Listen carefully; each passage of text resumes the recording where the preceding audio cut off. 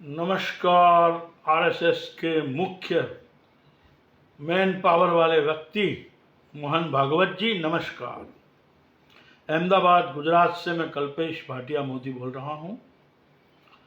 10-12 साल की चुप्पी के बाद आपने नरेंद्र मोदी को डायरेक्ट इनडायरेक्ट संदेश दिया है, कहा है सेवक किसको कहते हैं, मर्यादा, भाषा की बात, अहंकार वाले इंसान। पर अब क्या है मोहन भागवत जी, आरएसएस के डॉन तो आप शुरू से है, आरएसएस के बड़े भाई मतलब डॉन।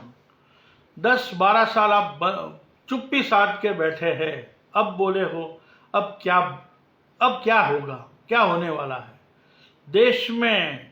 10 साल, 12 साल, 15 साल, 2002 से हिंदू मुसलमान के नाम से जो राजनीति चल रही है, जो नेताओं ने जो मन में आया है बोला है, न इनको मोदी ने रोका है, न योगी ने रोका है, न शाह ने रोका है। तब आप चुप थे, चुप क्यों हो पता नहीं है। अब बोल के क्या फायदा है। आप शुरू से कहते हो कि सबका इस भारत की भूमि पर हक है, यहाँ के हर नागरिक को जिसने यहाँ जन्म लिया है सबका हक है। पर क्या फायदा है। बहन बिटिया की बातें होती है मोदी शासन में कि बेटी बचाओ, पर क्या है ब्रिजभूषण जैसे दरिंदा इंसान जिसने काफी लोगों पे रेप किया, ऐसे आरोप है। इनको दुनिया में, देश में किसी की बात नहीं सुनी और उसको ऊपर से ऊपर लाने में, इनको सपोर्ट देने में मोदी नहीं तो कौन है। इनके लड़के को भी टिकट दिया है लोकसभा में, तब आपने उनको रोका नहीं है। और मणिपुर में 1 साल बाद आप चिंता करते हो। औरतों की हालत क्या थी, औरतों को बिना कपड़े नंगे घुमाया, यही मणिपुर में। तब क्या प्रधानमंत्री का कोई काम नहीं है। मुंह में उनके जबान नहीं थी, एक शब्द नहीं बोला है, तब आपने रोका नहीं है इनको। अब क्या फायदा है। और ये मिली जुली सरकार बनी है। आप खुद जानते हो कि आपको बिना पूछे ये सरकार मोदी जी ने बनाई है। पर आप खुलेआम नहीं कह सकते कि अगर आरएसएस की बात मानो और बीजेपी को सरकार बनानी है, 5 साल चलानी है, तो नितिन गडकरी से कोई बढ़िया इंसान नहीं था। और शायद आपको पूछा ही नहीं है ना, इसके लिए आप भड़ास निकाल रहे हो। और आरएसएस का नाम अच्छा हो उसके लिए आपने एक संदेश दिया है, पर यह संदेश कोई काम का नहीं है मोहन भागवत जी, कोई काम का नहीं है। सरदार पटेल स्टेडियम था बना बनाया अहमदाबाद का, रातों रात नरेंद्र मोदी स्टेडियम कर दिया। आप खुद जानते हो कि सरदार साहब के सामने नरेंद्र मोदी इतने भी नहीं है, सुई के आगे के कॉर्नर जितने भी नहीं है। कहाँ सरदार साहब जो पूरा देश के 500 से ऊपर रजवाड़ों ने उनकी बात मानी। आज भारत देश में शुरू से 15-15 राज्य उनके सामने देखने को उनको शर्म आती है। अपने नाम से स्टेडियम बना दिया, तब आपने इनको रोका नहीं। अमित शाह भाजपा की सरकार में, उनकी अपनी सरकार में वो तड़ीपार हुए, उनको भाजपा का अध्यक्ष बनाया, तब आपने रोका नहीं है। गृह मंत्री बनाया, तब भी आपने रोका नहीं है। अब फिर से गृह मंत्री बने हैं और अमित शाह के ऊपर कितने दाग है वो आप जानते हो।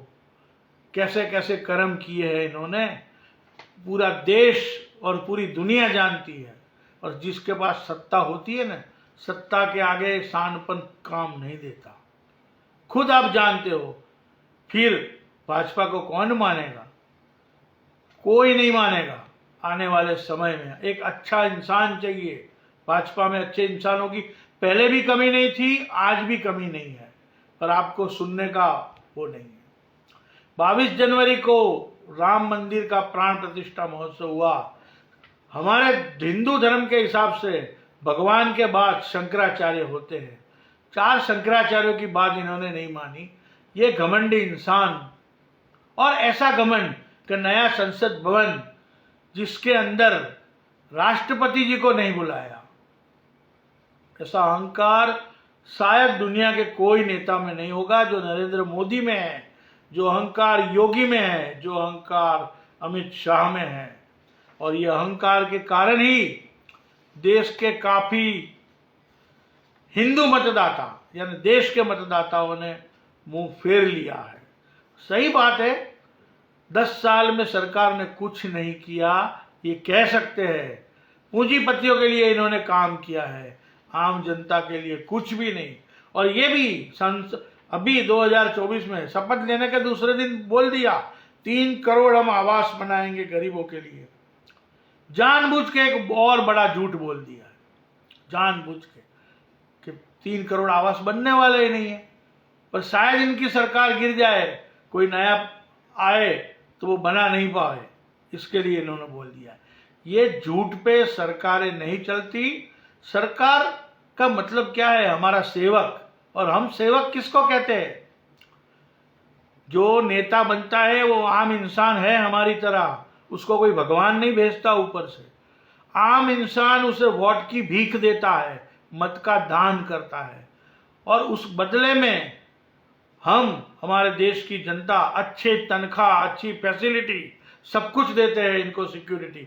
पर यह अहंकार आम जनता को मंजूर नहीं है। मोहन भागवत जी, आप भी जानते हो, मोदी, शाह, योगी भी जानते हैं, पर ये क्या हो रहा है क्या नहीं। मोहन भागवत जी, हमें आपकी भी चिंता है। प्रवीण तोगड़िया एक बड़ा नाम था, आज उनको कोई याद नहीं कर रहा। हमें लगता है, क्योंकि जेपी नड्डा बोले कि हमें अब आरएसएस की जरूरत नहीं है, तब लगता है कि शायद आने वाले समय में मोहन भागवत जी आपकी हालत भी प्रवीण तोगड़िया जैसी ना हो जाए। इसके लिए भी हम कह रहे हैं कि अच्छे इंसान को आप लाओ, नहीं तो विपक्ष में बैठो, दूसरे को सरकार चलाने दो। देश को आगे लाने की बात है। पूंजीपतियों की गुलामी करने वाले इंसान की ये देश की आम जनता को कोई जरूरत नहीं है। सिर्फ बड़ी बड़ी बातें और कुछ नहीं है। जय हिंद, जय भारत।